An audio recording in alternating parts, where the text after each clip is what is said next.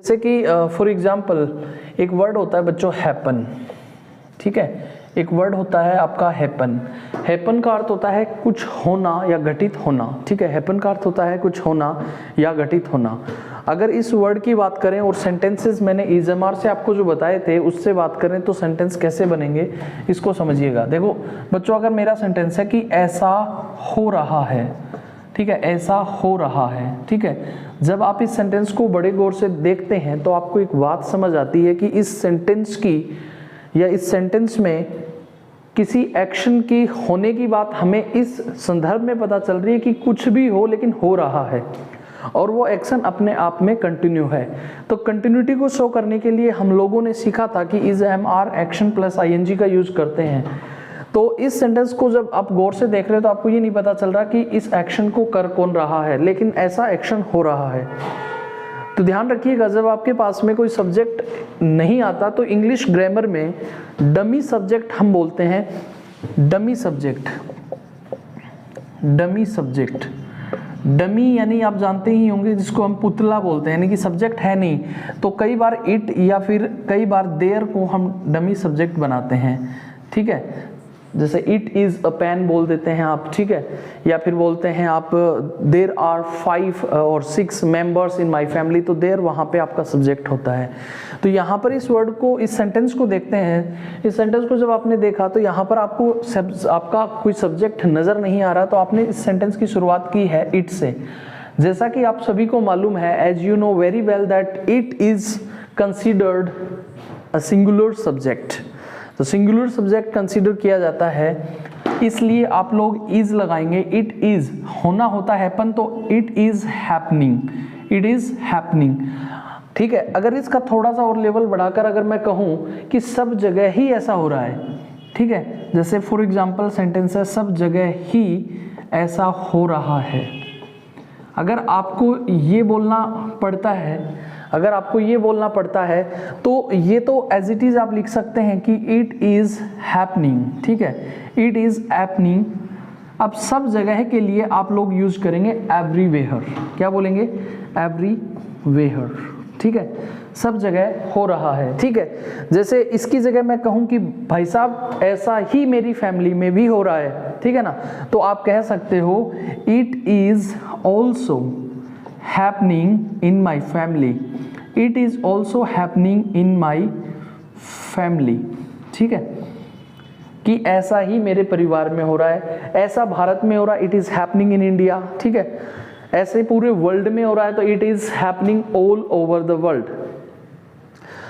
जैसे आप बोल सकते हैं it is happening all over the world, ठीक है फ्रेंड्स। तो आप लोग इस तरह से इस चीज को समझ सकते हैं, यानी कि हैपन वर्ड को हमने यूज किया और इस तरह से बना दिया। अब फॉर एग्जांपल अगर आपको कहना होता हो जैसे कि बारिश हो रही है, बारिश हो रही है, ये सेंटेंस है मेरा, बारिश हो रही है, ठीक है, यहाँ पर किसी सब्जेक्ट का नहीं पता कि कौन बारिश कर रहा है, कौन करवा रहा है, ठीक है, बारिश हो रही है। तो जब आप इस सेंटेंस को देखते हो तो आपके पास पुनः सब्जेक्ट आपका कुछ नहीं है, इसलिए आपने डमी सब्जेक्ट के रूप में किसका यूज किया? इट का। जैसा कि मैं पहले ही बता चुका हूँ, इट अपने आप में क्या है? इट अपने आप में एक सिंगुलर सब्जेक्ट है, इसी वजह से आपने कहा इज। और बारिश होना यानी होता है रेन, ठीक है बच्चों, तो it is raining, it is raining, ठीक है, इट इज रेनिंग हियर बोल सकते हो, यहाँ बारिश हो रही है, वहाँ बारिश हो रही है तो इट इज रेनिंग देयर, ठीक है। आप कह सकते हो कि भाई राजस्थान में बारिश हो रही है तो इट इज रेनिंग इन राजस्थान, ठीक है, इंडिया में बारिश हो रही है। कुछ भी इस तरह से सेंटेंसेस जब बनाते हैं तो आप इस तरह से इसको बना सकते हैं, ठीक है। तो ये बात शायद आपको समझ आ गई होगी। देखो मैंने अभी भी बोला इज और एक मैंने बोला इट इज, सर कौन सा सही है ना, और एक होता ही है, सर कौन सा सही है? इट्स, इट इज, इट्स, ठीक है। अगर इसकी बात करता हूं और इसकी बात करता हूं, दोनों अपने आप में सेम ही हैं, ठीक है, दोनों अपने आप में सेम ही हैं। ये इट्स शॉर्ट में आप बोल सकते हैं इट्स माई पेन, ठीक है, और अगर इसकी बात करता हूं तो इसमें आप ऐसे बोल सकते हैं इट इज माई पेन, ठीक है। फिर बात आती है इट्स। ये जो इट्स है ना बच्चों, ये पोजीशन को शो करता है। सर पोजीशन कैसे? पोजीशन यानी अधिकार। जैसे मान लो कई बार आपने देखा होगा हीज आता है, हर आता है, देयर आता है, ठीक है। और जैसे मान लो हीज आ गया, मैंने कहा कि राहुल का पेन है, ठीक है, दिस इज राहुल पेन। जैसे सेंटेंस बोला आपने this is Rahul's pen.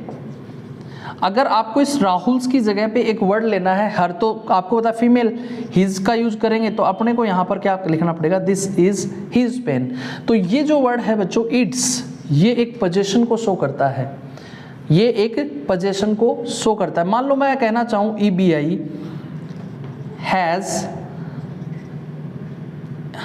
Has its